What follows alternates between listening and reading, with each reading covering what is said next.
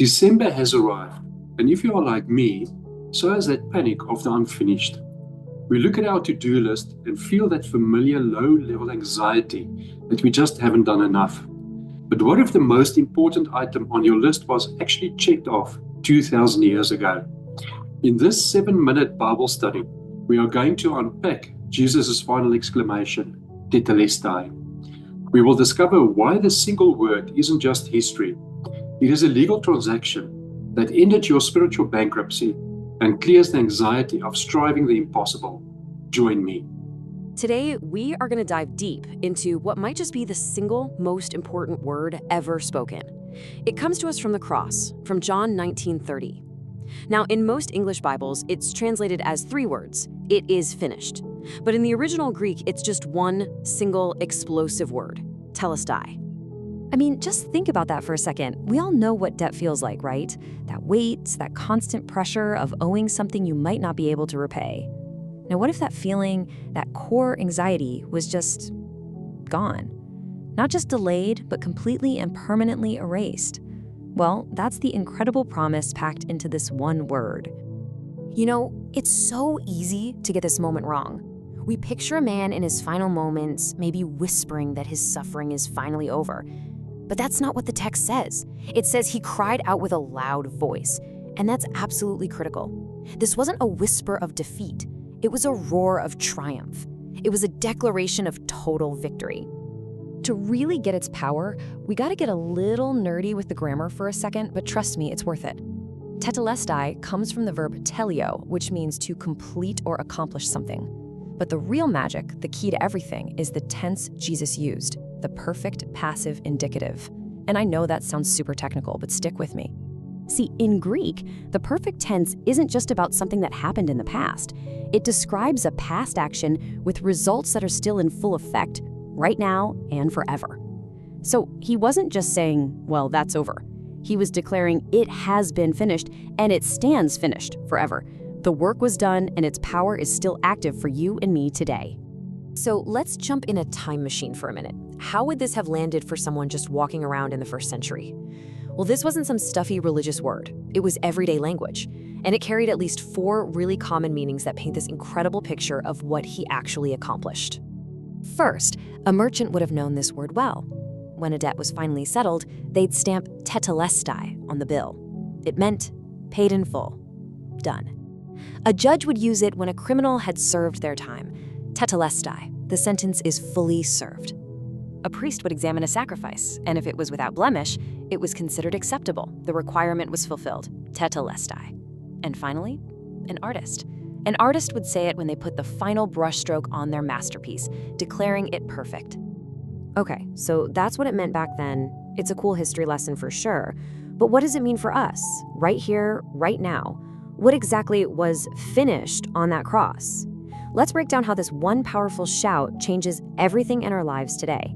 First and foremost, it's the end of our spiritual bankruptcy.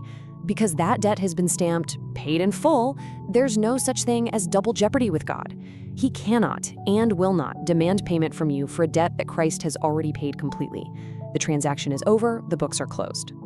The Apostle Paul just paints this amazing picture of what happened. He said Jesus took that certificate of debt, the long list of all our failures and screw-ups, and he didn't just tear it up. He did something way more public. He nailed it to the cross, canceling it for everyone to see forever. Second, this secures our freedom from condemnation. There's a big theological word for this, justification. But all it really means is being declared not guilty and perfectly righteous in God's eyes. And because the work is finished, our standing with him isn't shaky, it's not based on how good we were today, it's a permanent reality. Just like Romans 8:1 says, there is now no condemnation. And finally, tetelestai was the knockout punch. This was the death blow to the enemy's authority. If you go all the way back to Genesis 3:15, there's this prophecy that the serpent's head would be crushed. While this shout, this was the sound of that crushing happening. The enemy was disarmed, stripped of any legal authority to condemn us, because the very basis of his claim, our sin, was wiped out.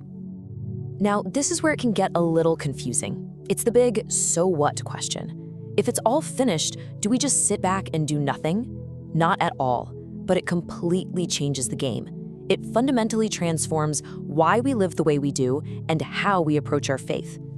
Think about it like this. There are two ways to live. There's working for victory, which is this exhausting, anxious life on a hamster wheel, always trying to perform, always trying to earn God's favor. So many of us live there. But tetelestai flips the entire script. It invites us into a life of working from victory, a life of rest, gratitude, and obedience that flows because His favor is already ours. It's a total paradigm shift. So what does that actually look like day to day? Well, it means you get to shift from anxious striving to active resting in what He's done. Your obedience is no longer a heavy obligation. It becomes a joyful thank you.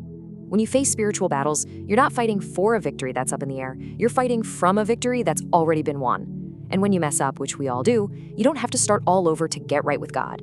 You just realign with the truth of His perfect finished work. Okay, so let's land the plane here. This brings us to what might be the most powerful, the most freeing meaning of this one single word. The pressure is off, your salvation, you're standing with God, it's Christ's finished masterpiece. He didn't just sketch an outline and ask you to fill it in. He didn't leave the canvas half-painted. He finished it, and you simply cannot add your own brushstrokes to a finished masterpiece. To even try is to imply it wasn't perfect in the first place. So that really leaves us with one final question to chew on. What would change in your life? I mean, really change. What anxiety would just fall away? What freedom would you find if you truly stopped trying to finish a work that the master artist has already declared perfect and complete forever? Because in the end, that's the shout that still echoes through history. It's a declaration of triumph that settles every debt, fulfills every requirement, defeats every enemy, and completes the ultimate masterpiece. It is finished. Go forth this week, anchored in the fact that the most important battle has already been won. Let the peace and security of Christ's finished work give you renewed energy and discipline to successfully tackle the remainder lesser tasks in your life, your responsibilities, your goals, and your walk of faith, so that you may finish this year strong, free, and purposeful. Until we meet again, may the complete work of the King sustain you.